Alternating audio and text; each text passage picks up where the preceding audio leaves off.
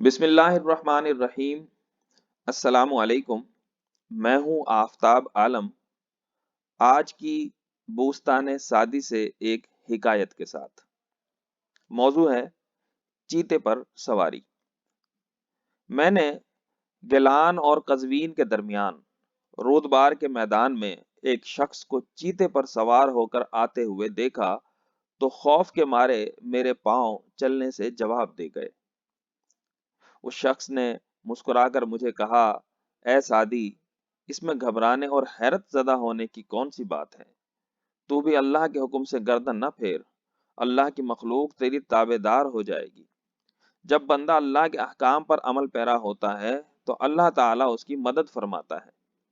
پھر یہ کیسے ہو سکتا ہے کہ وہ تجھے دشمن کے رحم و کرم پہ چھوڑ دے؟ بس یہی مردان حق کا راستہ ہے، آ اور مقصد حاصل کر لے۔